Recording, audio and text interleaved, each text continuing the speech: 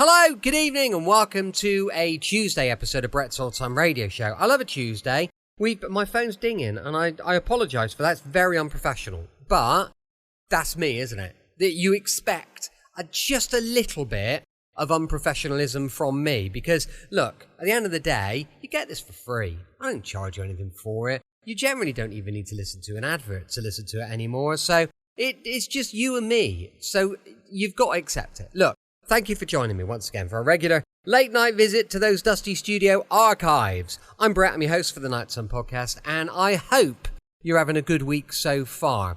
Right, if you'd like to find out more about us, check out the website dayslikethis.life. But for now, make yourself comfortable, settle in. I don't know what you're up to, let me know. I'd really appreciate that. Time now for Sherlock Holmes and Dr. Watson. This one was first broadcast on the 8th of October 1945. It's called The Vanishing Elephant. Petri Wine brings you Basil Rathbone and Nigel Bruce in the new adventures of Sherlock Holmes.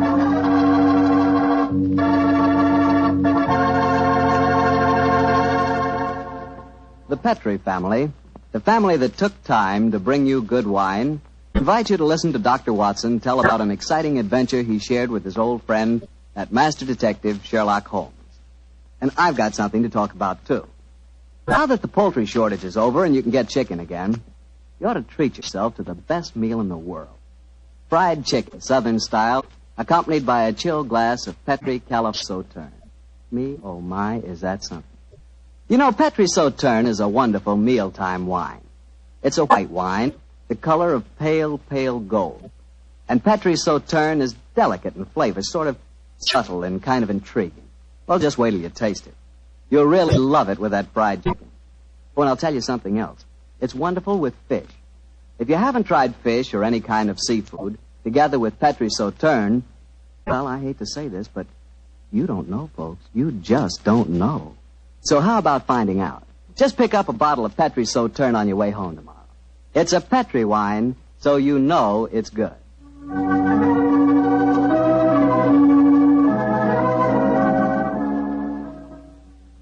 And now let's see if our old friend Dr. Watson's expecting. He's out on the patio. Dr. Watson? Here I am, Mr. Bartell.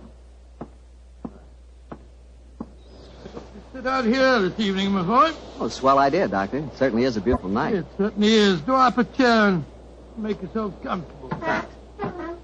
That's it. You care for some of my tobacco? I think I'll stick to a cigarette, thanks. Well, Doctor, all ready for tonight's adventure? Yes, Mr. Bartell, I'm all ready. And a strange story it was. A very strange story. How did it begin? Stormy December night in 1900 with the rain pelting against the Baker Street windows? Or perhaps with you and the great Sherlock Holmes rattling along in a cab beside the foggy waterfront chasing some desperate criminal? You make quite a good storyteller yourself, Mr. Bartell. No. The adventure, I tell you, took place many, many thousands of miles afield from our Baker Street headquarters. To be exact, in the Indian city of Parbutipur, about 200 miles north of Calcutta. It must have been a mighty important case that made you both travel that far. It certainly was, my boy, yes. It was announced in the summer of 1894, I remember, that Holmes received an urgent summons from the Maharaja of Parbutipur.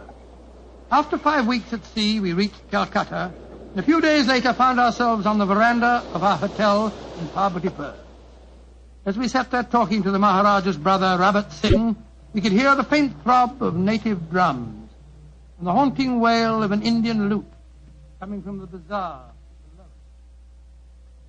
And so, gentlemen, I thought that before I took you over to my brother's palace, I would tell you something of the problems that beset him. An excellent idea, Mr. Singh. Yes, indeed, sir, particularly as you've just told us that your brother, the Maharaja, is not in the best of health. Just so, Dr. Watson. Interviews tire him, and in any case, his command of the English language is not so extensive as mine. And now, sir, the problem, if you please. As to the exact problem, Mr. Holmes, I am not completely informed. My dear brother has not seen fit to confide his entire troubles, even to me. In fact, until your arrival yesterday, I did not even know that you had been sent for. But I can tell you that his worries are centered on the safety of the white elephant of Parbutipur. White elephant? Excuse me. But possibly you are not aware that white elephants actually do exist. Oh, yes, though I understand that they're extremely rare. Oh, extremely, Mr. Am I right in Holmes? thinking that in the East, a white elephant is considered sacred? Quite right. Pray continue, sir. Well, in 1750, the first white elephant was presented to my great-great-grandfather, and with it came a legend. The legend that the Maharaja's rule would be happy, healthy, and successful only as long as the elephant flourished. If the animal were to die, then the reign would come to an end, and the Maharaja was doomed to a sudden death. Mr. Singh, who was responsible for the origin of this legend? Oh, a good and wise man who traveled from the mountains beyond Nepal. He it was who brought the first elephant to my great-great-grandfather. And how has the legend worked out in actual practice, sir? Its prophecies have come frighteningly true, Dr. Watson. Oh? The first elephant was killed by his mahout, his own keeper, after my illustrious ancestor had dismissed the man for incompetence. A week later, my great-great-grandfather was himself killed in a native uprising. And so it has gone on, gentlemen, since then. Amazing, amazing. When the elephants have died, and they have always died, the Maharaja of Baputipur has died a violent death soon after. And as each new Maharaja has succeeded to the title, the wise man from the beyond the mountains has appeared, and with him, a new sacred white elephant. The last appeared 4 years ago when my brother inherited the title. But it can't still be the same man, sir. Why not, Doctor? Well, I mean to say, that'd make him a couple of 100 years old. A trifle less, I fancy, Doctor. Oh, really, my dear sir? Seems to me your story is the wrong way round. Men don't live to such an age, whereas elephants are noted for their length of life. That's true, Watson, but apparently not the sacred white ones at Parbitipur. Mr. Singh, in the event that your brother's death, who would become the Maharaja? I should, Mr. Holmes. Oh, I can see what you are thinking, sir. The next in line to succeed to the title would have an excellent motive for wishing animal death. Well, the logic is inescapable. The thought had no personal implications, I assure you. Well, I'm very anxious to see this fabulous animal. The sacred white elephant is never seen except at the yearly festival that celebrates another anniversary of the Maharaja's rule. So the animal is only seen once a year, eh? Yes, Mr. Holmes. And when is the next anniversary, may I ask? In 2 weeks' time. Oh, our arrival seems to have coincided very nicely with the ceremony. Yes, Watson, a fact that I'm sure is not coincidental. Well, Mr. Singh, I'm very glad that you told us the legend of the sacred white elephant, and now I suggest that you take us to the palace. I'm most anxious to make the Maharaja's acquaintance.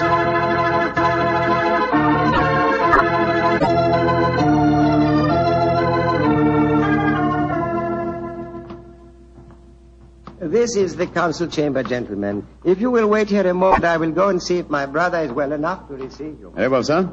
Oh, my soul, Holmes, I'm not easily impressed, but this palace is absolutely staggering in its magnificence. Yes, it does rather take one's breath away, doesn't it? I think it does. This floor is of the finest marble, and unless I'm much mistaken, that magnificent rug is a genuine brocade.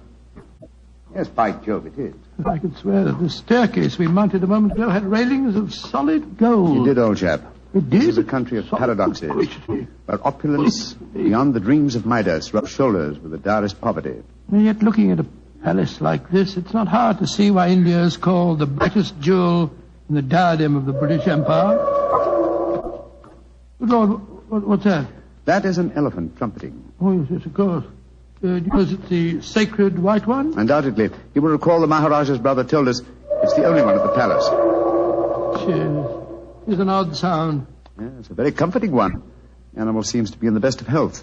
Who waits in the Maharaja's council Good gracious room? me, you gave me a start. I didn't hear you come in. And my friend and I are waiting for an audience with His Highness. No one can hold audience with the Maharaja. Please to leave. Now, look here, my good fellow. Watson, I'm please. pleased to leave. Watson. What? We've traveled 12,000 miles to see the Maharaja, sir, at his request. In any case, his brother is with him now arranging an audience. I am Mada, Maharaja's physician and chief counselor.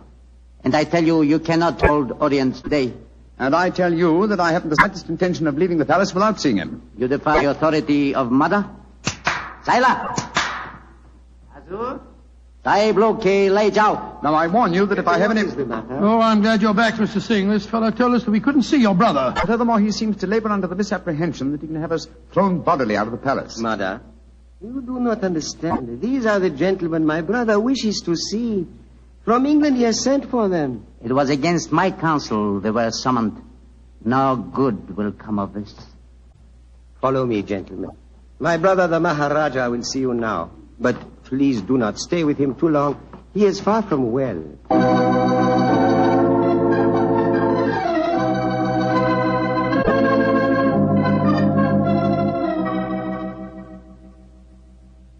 Mr. Sherlock Holmes, Dr. Watson, I'm so happy you have arrived here safely.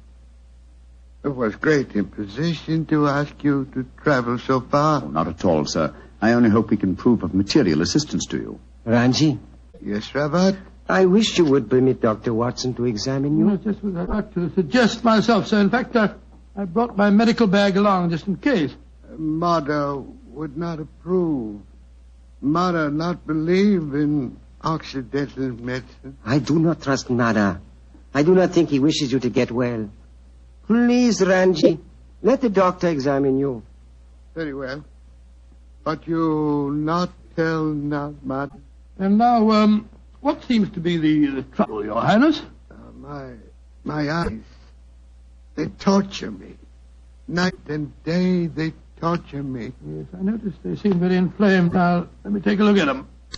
Yes. Now, open them a little wider, please, sir. I throb, burn, night and day. Night, day, burn. The color is distinctly reddened. However, this isn't anything very, very serious, sir. What you're suffering from is a case of what we call conjunctivitis. What you do relieve pain, Doctor? Oh, some eye drops will give you relief in no time, sir. I have some here in my bag. Oh, thank you. Thank you. Perhaps medicine will help. Yes, I'm sure it will, sir. Here you are. Now, this small bottle and an eyedropper. This is an eyedropper. Just put a few drops in the corner of each eye, and I'm sure that you'll get some relief in no time at all. Thank you, Dr. Watson. You think there is nothing seriously wrong, Doctor? Mother gave it as his opinion that my brother's eyesight was in serious If you danger. pardon my saying so, I think it more likely that my medical knowledge exceeds his. I can assure you there's nothing seriously the matter with your brother's eyes, sir. I'm happy you say so. Now you will please excuse me while I take medication and rest a little. We discuss my problems later. Quarters already prepared for you in palace. You do not mind, Mr. Holmes? Not at all, sir, though in the interim I should like to employ my time to the full by inspecting your sacred white elephant. No, that I cannot allow. I must talk to you first. I think, sir, you will do well to give me permission to see the animal. I already have my suspicions as to your reason for bringing me here, and it will be best if I'm completely informed when we have our discussion. Very well. Can do no harm. Here. Take ring. Show ring to Sucro. He's keeper of animal. Sucro will let you into elephant house when he see ring. Thank you, sir. And please rest comfortably. I'm sure that your worries are nearly at an end. Come on, Watson.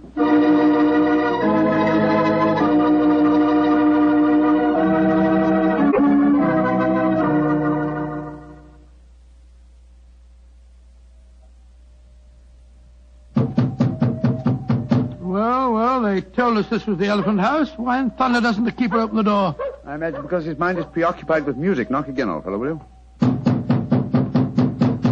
Uh-huh. He heard us that time. Yeah, about time. He must have been knocking here for 5 or 6 minutes.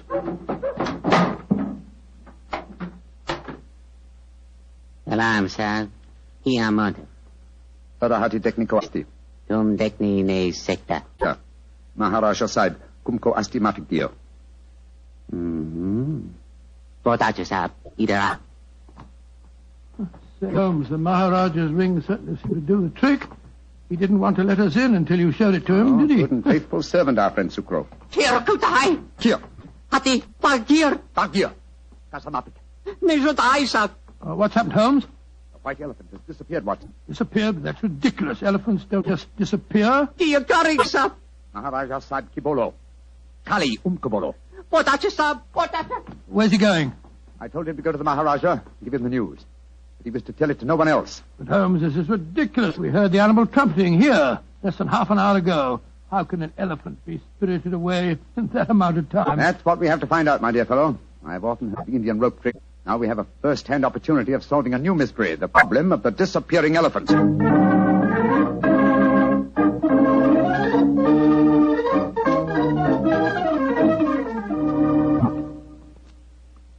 Holmes, this is farcical. We spent half an hour searching this elephant house. After all, an elephant isn't exactly insignificant. I doubt if you're going to find it under those boards in the corner over there. True, Watson, but nonetheless, there are interesting clues to be observed. Clues? What clues? Come over here, old chap. Bloodstain. Great Scott, not suggesting that's elephant's blood. It's hard to say, though I would venture the opinion that it would require the blood of several human corpses to produce an equivalent amount of blood. In any case, you will notice that the stains are dried and old. Hello? That must be the elephant keeper back from the palace. Dr. Watson, his mother, the Maharaja's physician. Mr. Holmes, Dr. Watson, at once you must come back to the palace. What's wrong, sir? It is the Maharaja. Death has come to him. Dead? Great heavens. Exactly what happened? Sukro, keeper of the elephant, came to the Maharaja. He said he had a most important message to deliver. He had. I told him to deliver it. Then what happened? A few moments later, I heard cries. I went to Maharaja's room and found him in delirium. He was saying elephant having disappeared, his brother, and I tried to give comfort to him, but we could do nothing. His breathing became more and more labored. Finally, it stopped altogether. So the doom of Parbodipur is fulfilled once again. The elephant is gone and the Maharaja's reign is ended. Come on. We must go to the palace. Yes, I must examine the body at once. You're certain it was a natural death, Mr. Mudder? Positive, Mr. No Holmes. symptoms of poisoning, for example? Mr. Holmes, I have read some of your sensational stories in which obscure deaths are attributed to a subtle oriental poison unknown to Western science. I can assure you that if the Maharaja has been poisoned, it has been caused by no poison known to me. When did he last eat? Over 8 hours ago. Well, possibly died of shock, Holmes. Shock and hysteria. When he knew that the elephant had vanished. Yes, it's possible, but it's murder just the same. Murder? Why do you say that, Mr. Holmes? Because whoever caused the elephant to disappear did it with the deliberate intention of ending the Maharaja's reign. A diabolical plot, and one that I intend to overcome before this day is out.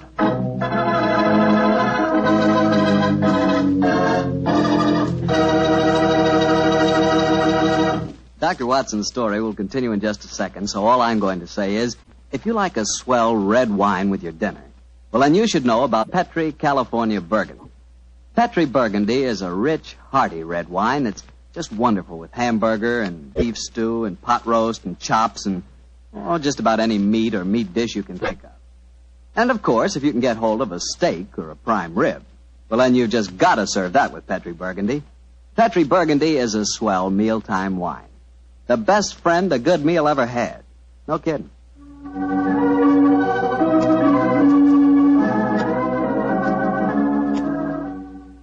And now back to tonight's new Sherlock Holmes adventure, the case of the vanishing elephant. Tell me, Doctor, did you examine the Maharaja's body? Yes, of course I did, Mr. Bartell. Holmes was convinced that the Maharaja had been murdered, but I could find no trace of foul play. After my examination, I joined Holmes in our quarters, and I gave him my opinion. Found out anything? Looks like natural death to me, Holmes. No traces of poison? None that I could see. Of course, it's hard to be certain without an autopsy. Did you suggest one? Yes, but the new Maharaja won't hear of it. It's against their religion, apparently. Yes, I was afraid of that. Meantime, I've been conducting a cross-examination of some of the palace servants. Oh? What do you find out? Principally that all of them heard the elephant trumpeting this morning. Did any of them suggest how the animal might have been smuggled to the palace grounds? They insisted that such a feat would be impossible without their knowledge. Well, what's our next move, Holmes? To interrogate the one person who I'm sure can give us the true story of the elephant's disappearance, its keeper.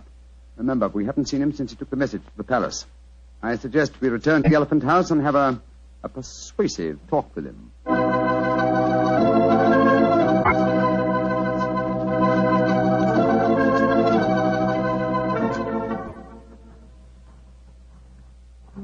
This must be the house.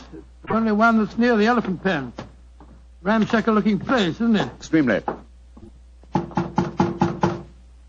Sukro! Sukro! Don't tell me that he's vanished, too. This is beginning to get on my nerves. Oh, no. Sukro! I think under the circumstances, we'll take the liberty of entering. Sukro! Look, Holmes. Look on the floor. We're too late. Good Lord.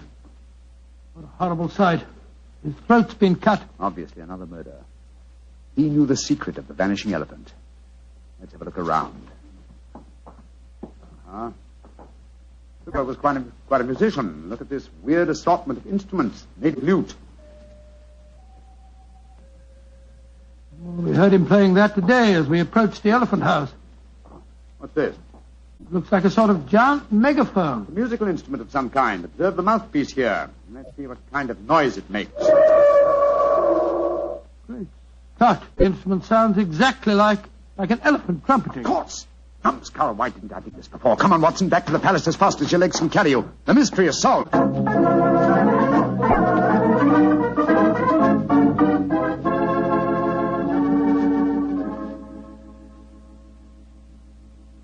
You say you have solved the problem of the missing elephant, Mr. Yes, Holmes? sir. And also the cause of your brother's death and Sucro's murder. Indeed. That is very important news. Won't you both sit down, please? Thank you, sir. Thank you. Please proceed, Mr. Holmes. Thank you. First, the elephant did not vanish today. The beast must have died a natural death months ago. All that happened today was that I discovered its absence. Are you suggesting that my brother knew the beast was dead? I am, sir. But he was afraid to publish the news. He knew that his rule would fall into a state of chaos if the fact were known. You yourself, sir, have told us how strong is the native belief in this legend. So how did he dispose of the elephant? Unobtrusively over a period of time. The bloodstains in the elephant house would indicate that the animal had been cut up into disposable fragments, which could be removed by the faithful Sucro without attracting suspicion. All this time, though, the elephant horn was blown at suitable intervals to indicate that the sacred animal was still alive. But if the Maharaja knew the beast was dead, why did he die of shock when he received the news? I think the answer to that question, Dr. Watson, would be that my brother died of shame when he knew that his imposture had been discovered. Little far-fetched, sir, if you don't mind my saying so. Now, I'm certain the reason your brother brought me to your country was to reveal that imposture to me. He knew the day was coming soon when he must show the elephant to his people. The festival would have been held in 2 weeks' time, I think you told us, sir. I imagine that he wanted me to devise a method of smuggling a new white elephant into the palace grounds before that time. Tell me, Mr. Sherlock Holmes, why did my brother die today? Because he was murdered. Just as Sucro was murdered later. Murdered? How, Holmes? Oh, very ingeniously. By poison, but not, as you might expect, by any subtle Eastern poison. No, one of the most recent of Western poisons was used. A poison unknown to Oriental science. Delirium, followed by a strangulated breathing, is highly typical of the newly discovered poison hyoscyamine. But he hadn't eaten for 8 hours. True, Watson, but you see, this hyoscyamine was administered to an eyedropper. Good heavens, an eye. The poison penetrates with unusual ease through the membranes of the eyes, if you will recall. Yes, you're right, by Joe, it does. Must have been that physician fellow, whatever his name is. No, my dear chap. This has been a case of confusions. Let's do a little clear thinking now, shall we? We were deceived by the apparent sequence of events. We discovered the elephant missing and thought that fact had caused the Maharaja's death. Whereas his murder was quite a separate matter. The poison must have been placed in the eye drops while we were in the elephant house. Precisely, dear chap. And when the murderer saw how the problem of the missing elephant confused us, he killed its unfortunate keeper to prevent us from learning the truth. Yes, you're strangely silent, Mr. Singh. Am I, Mr. Holmes? I am fascinated by your flow of unassailable logic. Of course, you realize that I am now the Maharaja, the King of Kings, an absolute ruler with all power, including that of the police.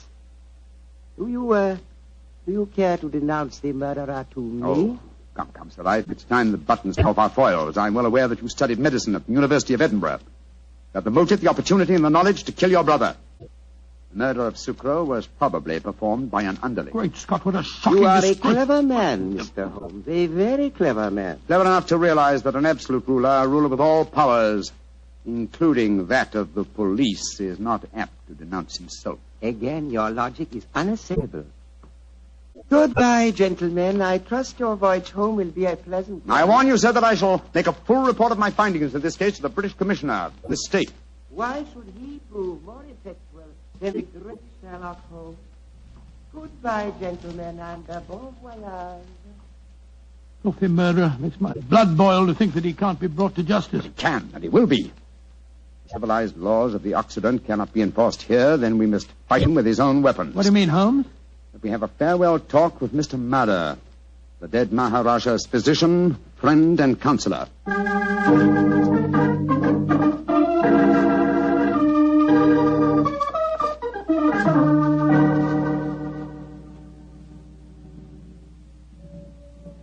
But this is a terrible story you have told me, Mr. Holmes. My beloved ruler murdered by his own brother, yet he cannot be made to account for his crimes. He can be, sir, if you will help Mr. Holmes. Of course I will. What can I do? Try and obtain the eye drops before they're destroyed, will you? Have them analyzed by a Western scientist and forward the reports to me in London.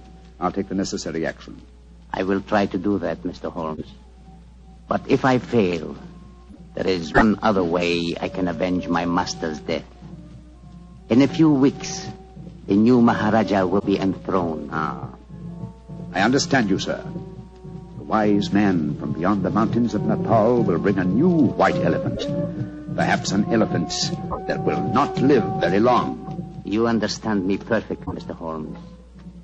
I can promise you that the elephant will die in a very short time. And with it, the new Maharaja, my master, shall be avenged.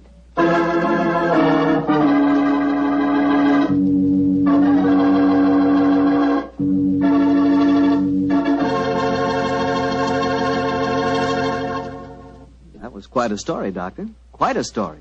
And tell me, what did happen to the next white elephant of Parvati-pur? By an extraordinary coincidence, it died the day after the new Maharaja's enthronement.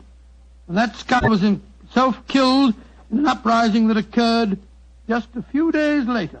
You know something? I think I could be very happy as an Indian Maharaja. Oh, really? Mm-hmm. Beautiful palace, Yeah. beautiful women, beautiful jewels. And every year on my birthday, the natives would give me my weight in gold. You know, I could learn to like that. That is, if I tried. Yes, and every week you'd speak to your subjects over the radio and tell them all about Petri wine. Oh, now, wait a minute, Doctor. I don't always talk about Petri wine. That's right. You don't always talk about Petri wine. You've got to sleep sometime. All right, go on. Kid me about it.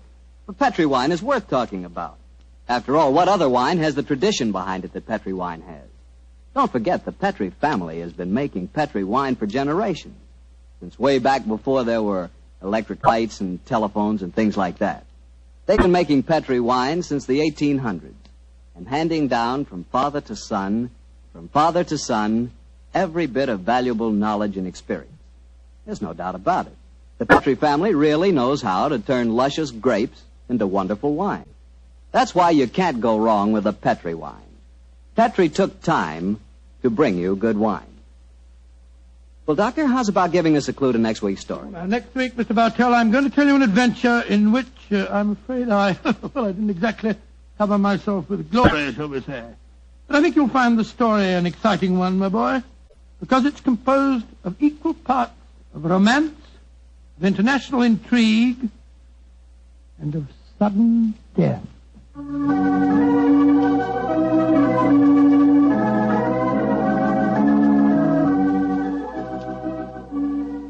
Tonight's Sherlock Holmes adventure is written by Dennis Green and Anthony Boucher and is based on an incident in the Sir Arthur Conan Doyle story, The Engineer's Thumb. Mr. Rathbone appears through the courtesy of Metro-Goldwyn-Mayer and Mr. Bruce through the courtesy of Universal Pictures, where they are now starring in the Sherlock Holmes series. The Petri Wine Company of San Francisco, California, invites you to tune in again next week, same time, same station. This is Harry Bartell saying goodnight for the Petri family. Sherlock Holmes comes to you from our Hollywood studios. This is the Mutual Broadcasting System.